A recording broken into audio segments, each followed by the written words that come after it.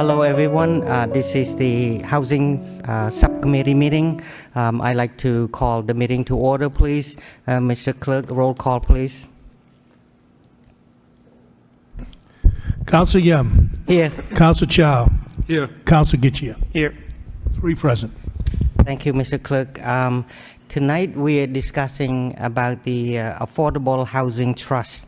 It's a motion made by Councillor Vesna, who will join us on the Zoom meeting. And before we start, let me invite the CFO to make presentation. What is the Affordable Housing Trust Fund? Thank you. Thank you very much, Mr. Chair and members of the subcommittee, and good evening, everyone.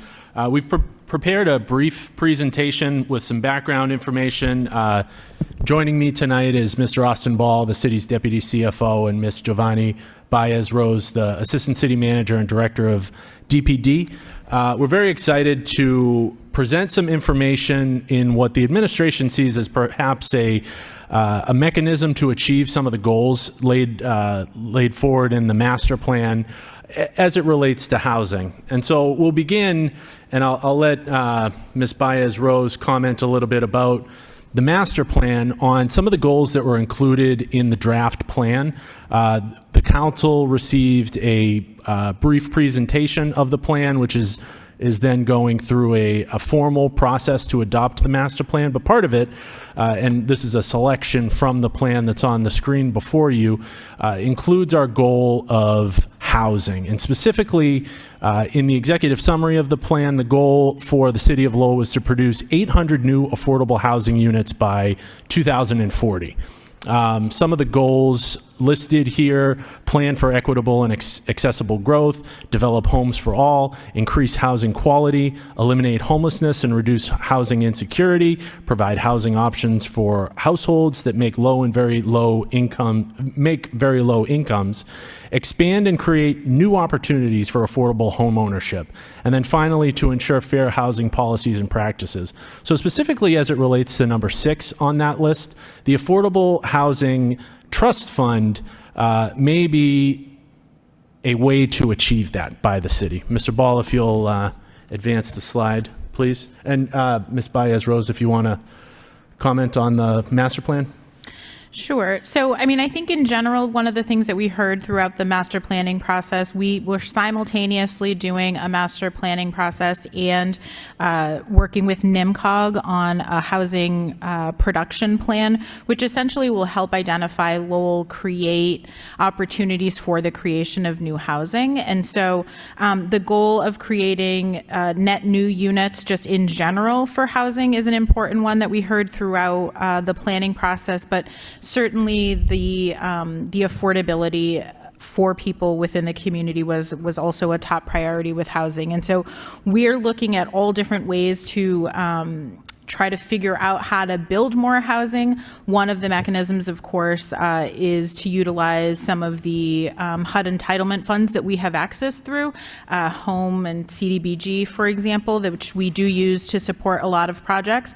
But looking into the creation of a housing trust is another sort of example of a thing that the city can do to help create and subsidize the creation of additional housing. So it's certainly something that's very consistent with the goals that we've set forward for ourselves in the master plan. So in answering some of the basic fundamental questions as to what is an affordable housing trust, what can it do, the statutory framework for this fund, which it's a financial tool, is laid forth in Chapter 44, Section 55C of the general laws.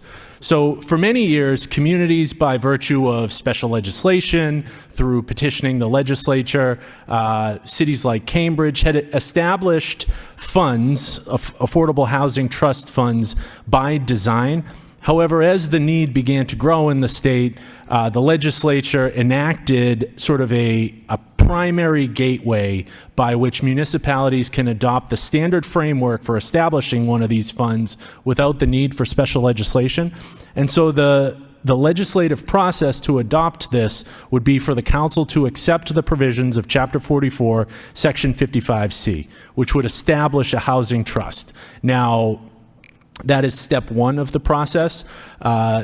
Step two is to determine types of revenue that would be suitable to be deposited into the fund, and we're going to talk about a little bit our experience in communicating with some of the other communities who have this fund and what they've done and the success that they've seen or the challenges that they've seen in establishing these revenue streams, and some recommendations for Lowell.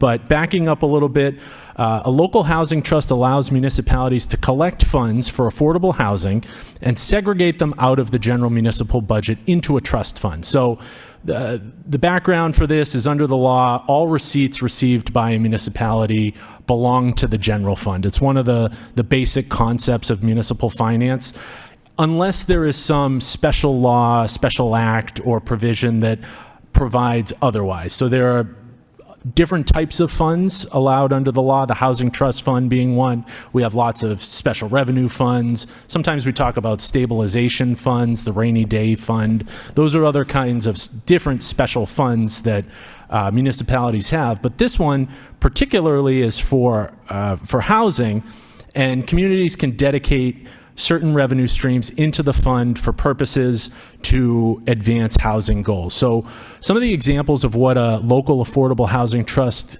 can do include, number one, provide financial support for the construction of affordable homes by private developers. So essentially these could be loans or grants to private developers. Number two, to rehabilitate existing homes to convert them into affordable housing.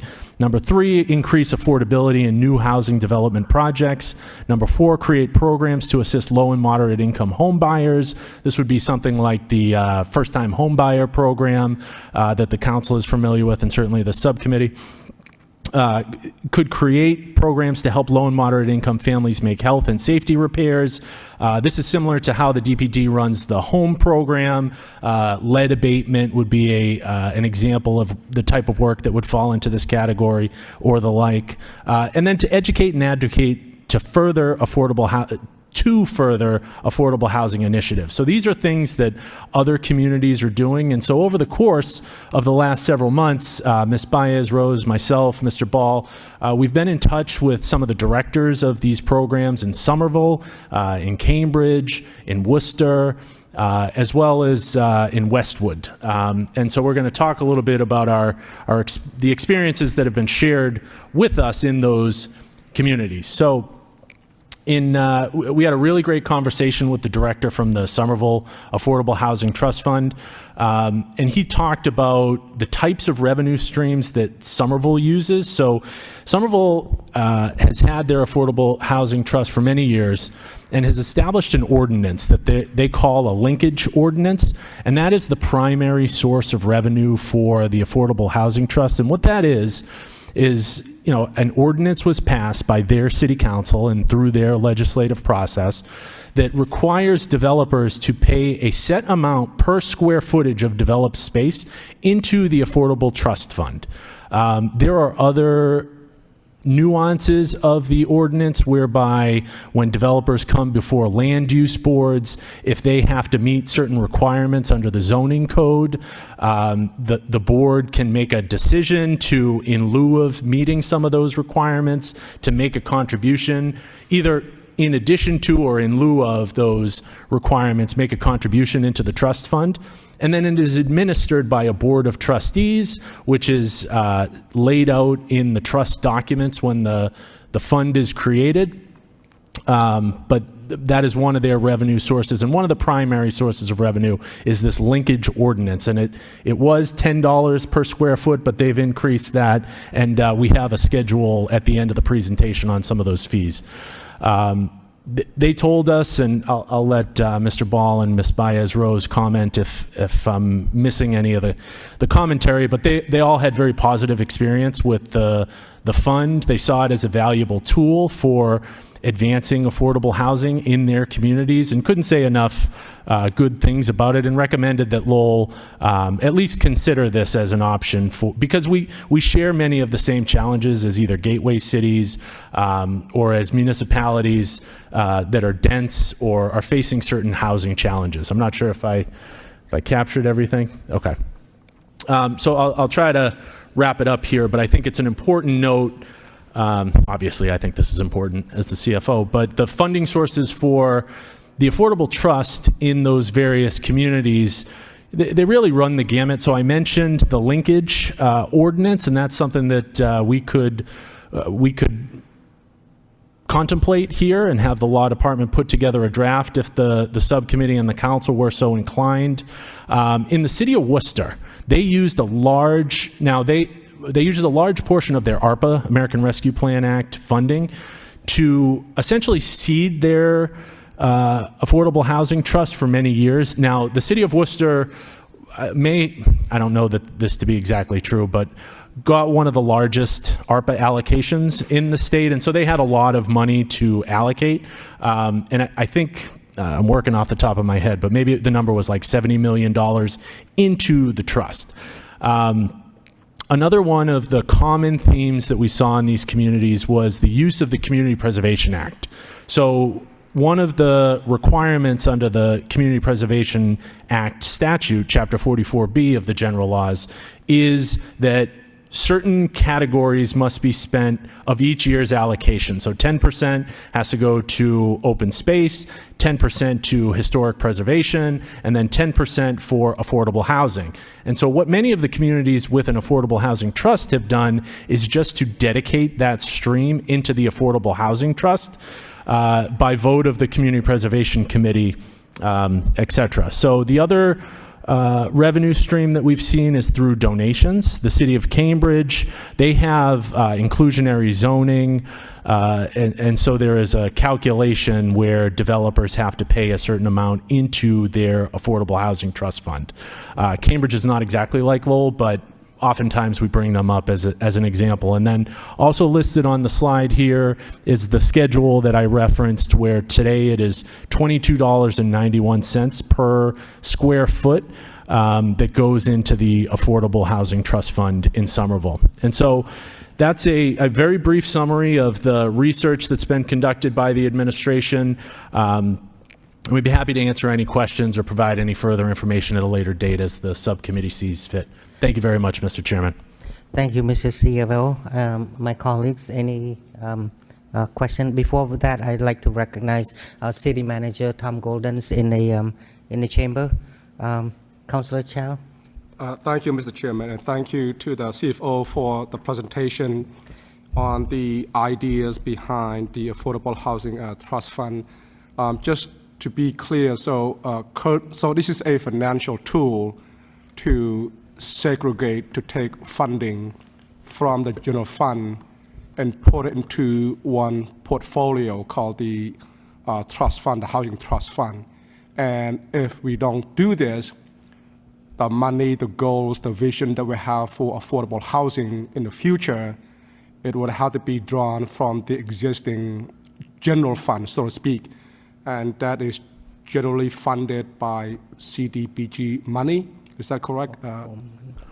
Yes, that is correct, Councillor. So this would allow certain funds that would be proposed by the administration and adopted by the City Council to automatically go into the fund, for lack of a more technical way to describe it. So rather than going into the general fund and then an appropriation be made, they would be dedicated right into the fund and used solely for affordable housing production. Okay, and by having it in a separate fund, and just try to make sure that the public out there understands it. It's almost like a enterprise fund where it operates on its own, but it will also create opportunities for attracting more funding guidelines or eligibility, like money from, like you mentioned, from developers, their quote-unquote contributions, like linkage would go in there, and also money from ARPA would go on there. Now, without this tool, without this trust fund, does that mean we're not able to attract those, we're not we won't be able to have those eligibility, like from developers to contribute for affordable housing project? Is that what it means if we don't have this tool?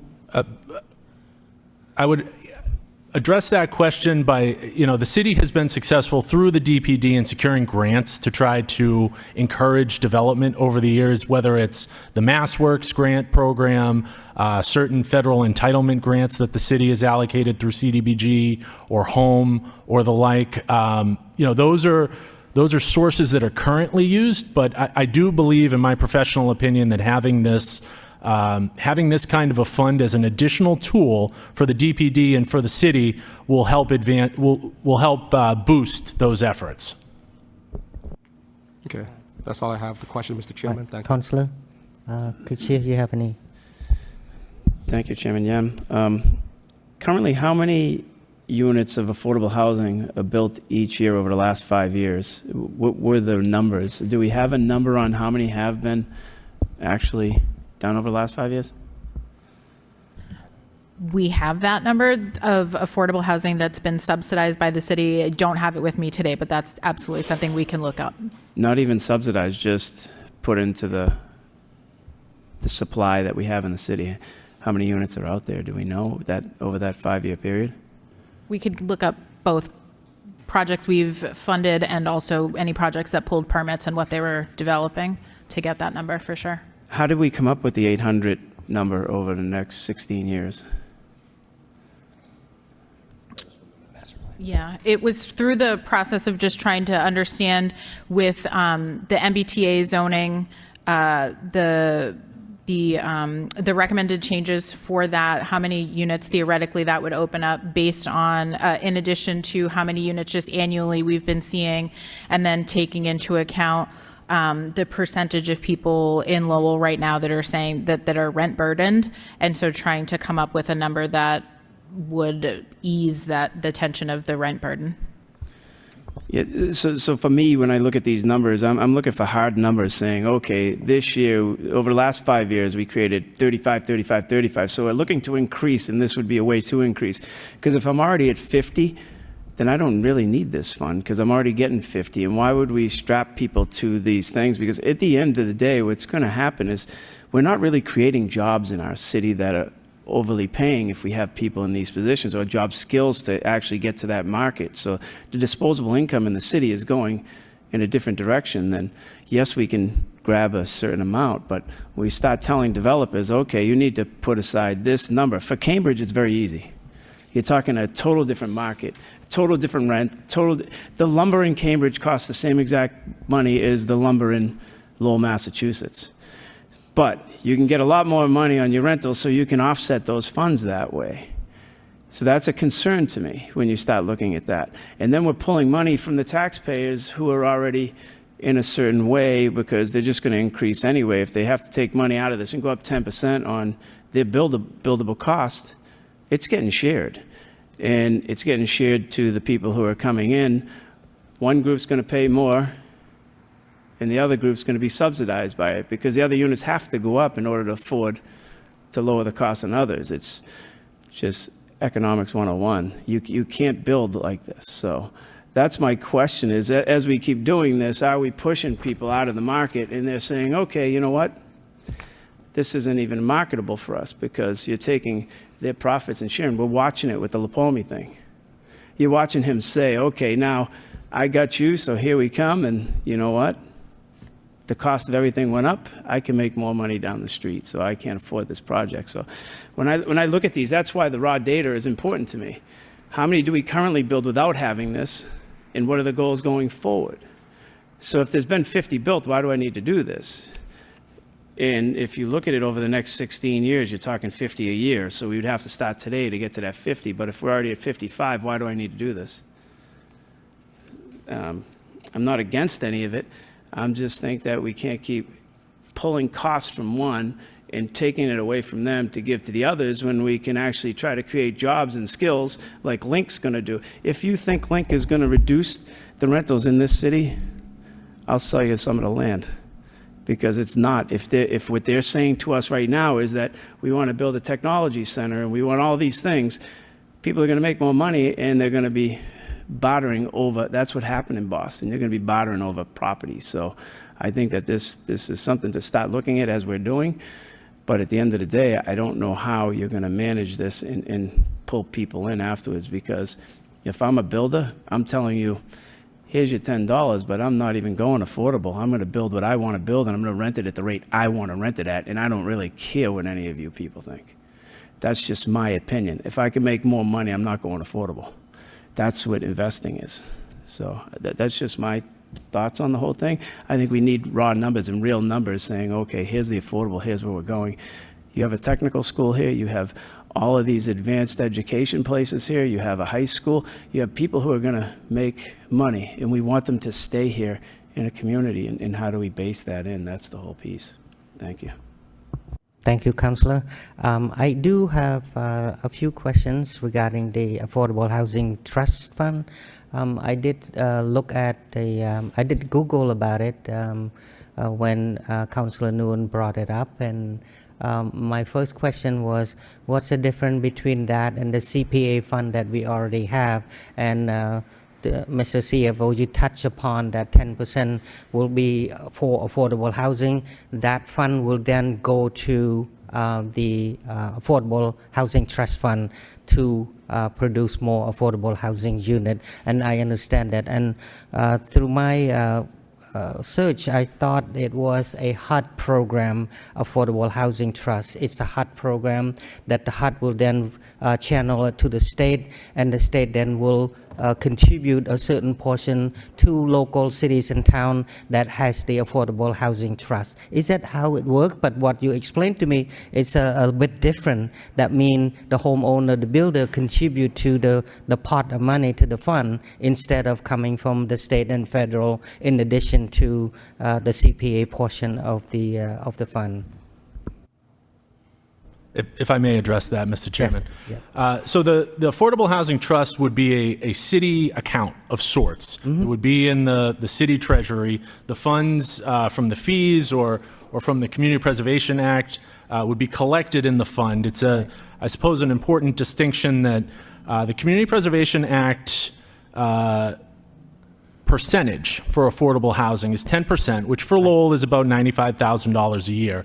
And that amount could be added to the trust with other revenue sources to further expand the funds. But part of the process would be setting up a board of trustees that would manage and administer the funds. Those funds would be allocated through grants or through payments to developers. If they're loans, they would be paid back into the fund. Interest could be charged and paid back into the fund. And I suppose it's an important distinction to make that the administration and City Manager Tom Golden's sort of vision for use of this would be geared primarily towards affordable home ownership. Right. And so, you know, every community can design this to suit. It's sort of a bespoke Yes. option, so it can be tailor fit to the community. And if affordable home ownership is what Lowell wants it to be, it may look different than the Somerville version or from the Cambridge version. And so our discussions with those other communities were not necessarily to copy their versions, but to learn from their experience so that we could form our own version of such a fund. I understand that. And the question I have would be, from studying it, it's a HUD program, no? Affordable Housing Trust? No. Okay. No. So because I saw the HUD has that program, and the state also has the program as well. And the state allocating first few years, it's a large amount, but it's a state budget and it got reduced.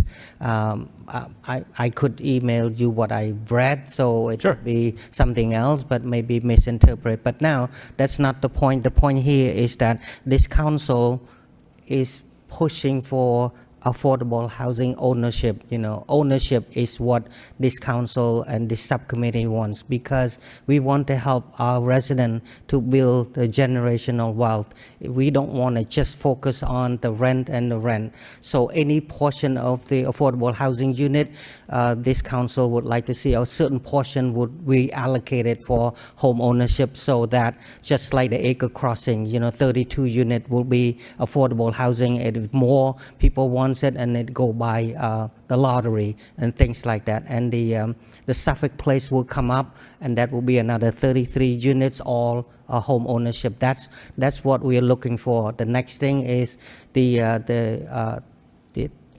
Merrimack Valley Housing Food Bank, 733-75, and I did ask the developer, will there be any home ownership, and I'm told right out, said no, it's all about rental. But moving forward, so we're looking forward in any development, we need to create that home ownership as a portion of development.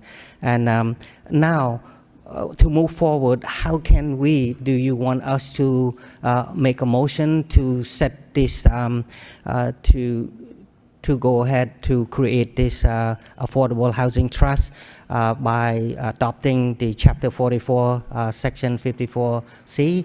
That would be my question. So you can answer that, and after that, Councillor Chow has a comment, and Councillor Kachi also has a comment as well. Thank you. Well, thank you very much, Mr. Chairman.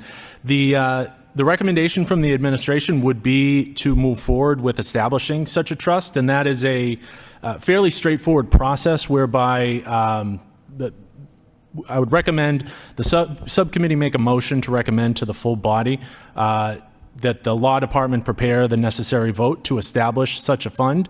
And that there's sort of two things that need to happen, that being one and probably the first in the order of operations. The second being the establishment of the revenue streams for the Affordable Housing Trust. Now that does not necessarily have to come right at the first time, right off the bat. It could come later, but what might be a good way to get the ball rolling would be at the same time to have the law department prepare an ordinance similar to the linkage ordinance in Somerville for consideration by the body for the council to consider a dedicated revenue stream, sure. Either that or the community preservation money. But I believe that would require a vote of the Community Preservation Committee as well. Okay, thank you. Councillor Chow? Thank you, Mr. Chairman. And I like the vision of trying to solve the affordable housing issue here in our city, and I like the recommendation that you proposed. I don't mind supporting, making that motion, supporting motion, but I do have a couple questions / comments on it before we move forward. I really don't see the downside of this. I'm taking my colleagues' comments about cost and incentive of development, but it sounds like the money that's going to come to these funds are already there, already in place. For example, the CPA fund, the money is there. If we don't, lack of a better word, maybe allocate or get it to be part of these funds, it's going to be utilized somehow for affordable housing anyway, that 10% of it. So to put it into this fund, that's just earmarking it to make sure that we 100% dedicated to creating housing units. And the other money comes from the developers. You know, that's private money that is, like you mentioned before, if they have certain guidelines, certain codes, certain construction criteria that they're not able to meet, that can make up for that, so to speak, by contributing to the fund, sort of a way of community service, you know, like give and take. The city look at them as partnership. They want to build this many units. They're not able to do that, so therefore they contribute that money to do some other development project. The question I have is on ARPA. I think it's great because I think that's part of the guidelines, is to use some of the ARPA funding for affordable housing. My understanding is that ARPA funding, if it needs to be used by certain year, I think 2026, if we agree to set up this affordable housing trust, does that mean that the money that we have now we put into this trust, does it have to be expended by 2026 from this trust fund, or how does that work? Mr. Chairman, if I may. That's an excellent question, Councillor. And our current understanding of the regulations for ARPA is that by making a transfer of the ARPA funds into the trust, if the council were to establish a trust, would satisfy the obligation requirement under ARPA. So if any funds that were previously earmarked for affordable housing were put into the Affordable Housing Trust, because that's all they could be used for once we set up the trust documents, that would satisfy the expenditure threshold in ARPA, and it would count as being spent. So if the administration were to take the remaining amount of unspent ARPA funds dedicated for the housing portion, put them into the Affordable Housing Trust, that would satisfy the spending criteria under the Treasury guidance. And that I believe is the same strategy that the city of Worcester used when they made that large transfer of funds into the Affordable Housing Trust from their ARPA allocation. But to your other point about the Community Preservation Act funds, yes, those are annual amounts. The surcharge is already part of the annual tax billing process, and this would sort of bifurcate the application process for individuals who may apply to the CPC for affordable housing monies. They would just sort of go to the Affordable Housing Trust board, but maybe would be able to access a larger pool of money as those are commingled with other funds aside from just the 95 some odd thousand that's earmarked for affordable housing every year from the Community Preservation Act. Thank you for the answers. The funds are there already. This is not an increase of taxpayers' money. This already been established, like the contribution from private developers, from CPAs already been established. That's correct, Councilor. There's no increase in tax payers to create this account. There's no recommendation for any increase in taxes related to this proposal. Thank you.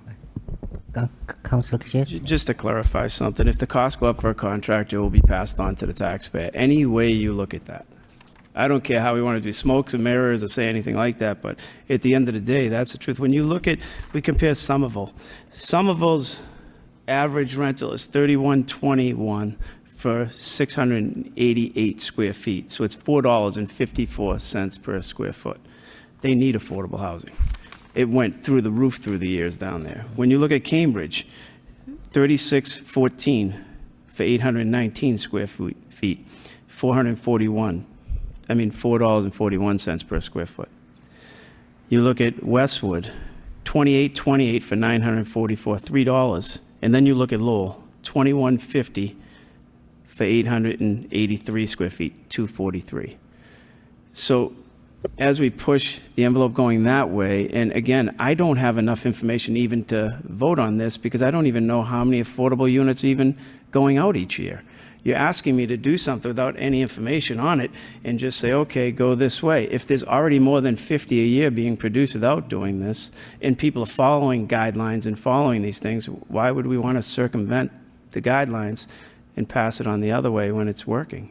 If it's more than the 50, if it's less than the 50, then there's a delta that we're trying to make up, and it makes sense. But I don't have that information in front of me, so I don't even have enough information to make a judgment either way.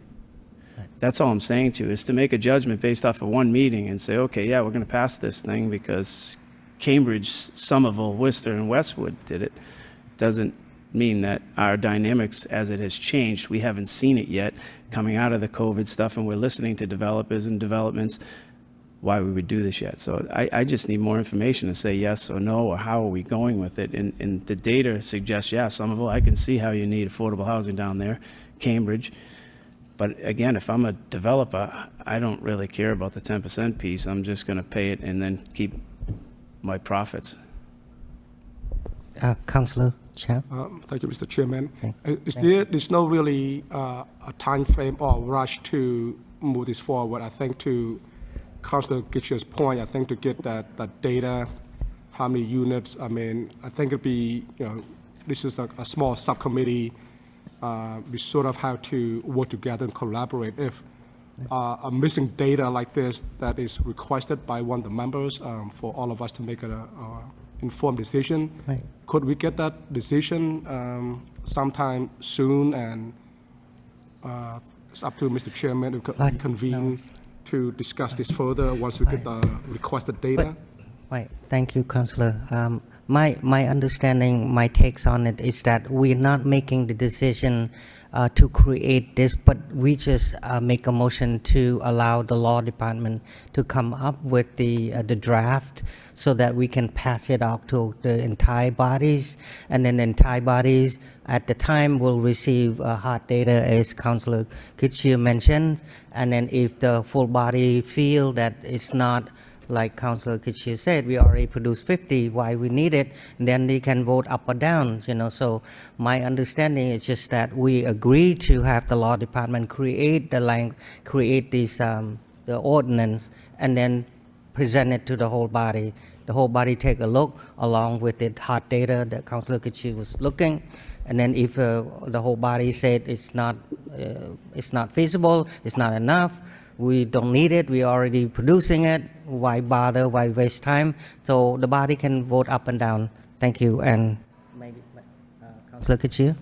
I thought the purpose of subcommittees were to get information, vet it, and then bring it to the full council, not bring half-done information and then sit at a council meeting and go over it. That's why we're asking. So let's vet it at the subcommittee level and bring it back to the full body, not just say, okay, we want to do this, bring it back with half the information. That's what I thought subcommittees were for, but if they want to do whatever you guys want to do, there's two, so I just don't think we should. Why send it to a subcommittee if we're not going to vet anything? We're just going to make a motion to send it back to the regular body. We could have done that the night of the motion. Thank you.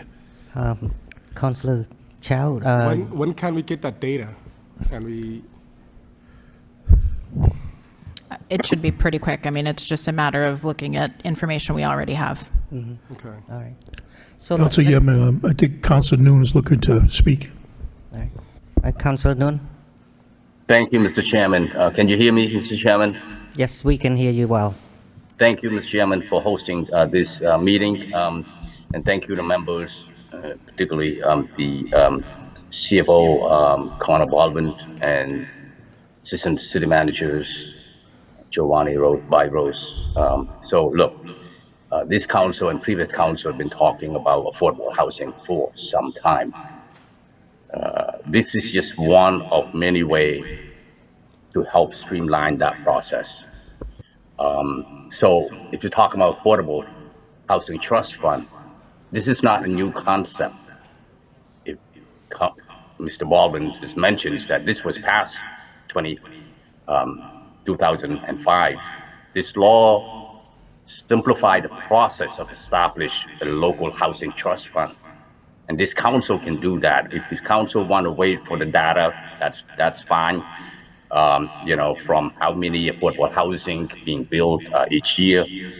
I just want to say this, that when Mr. Baldwin mentioned some of the funding, source of funding that can be used, he's mentioned ARPA, he mentioned the linkage, he mentioned a number of other things, including the inclusionary zoning payment or private donation.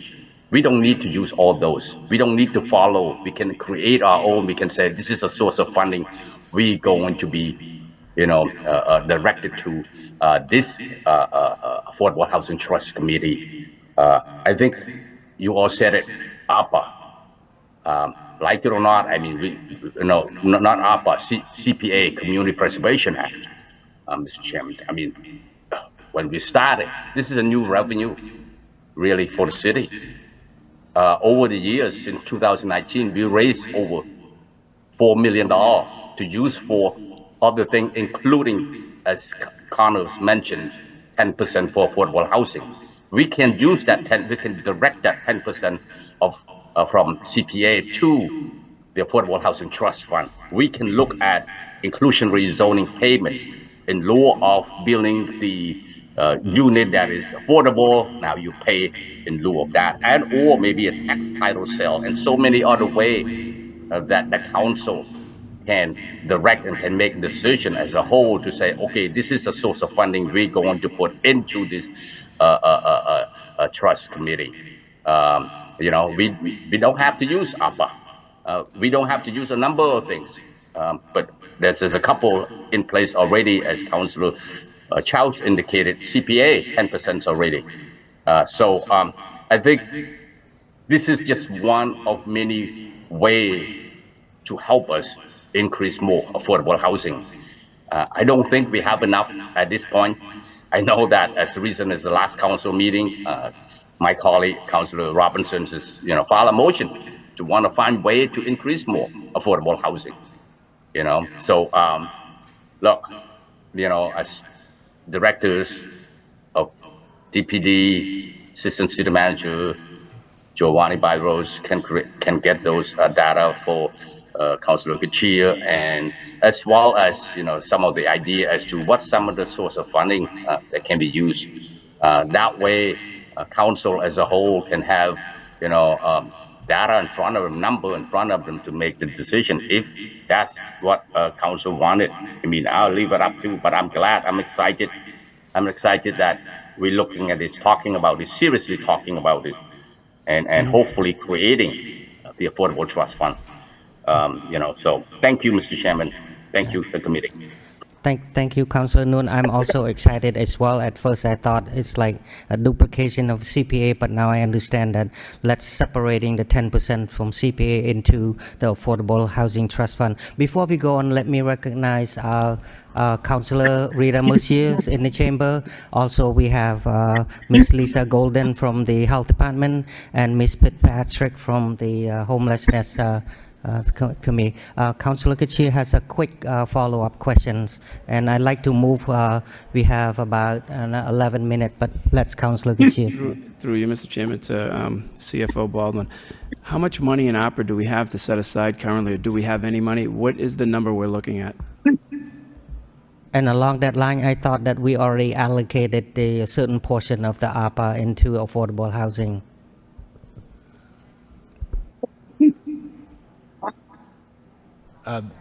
Counselor, we don't have the, I want to, off the top of my head, maybe it was 7 or 8 million.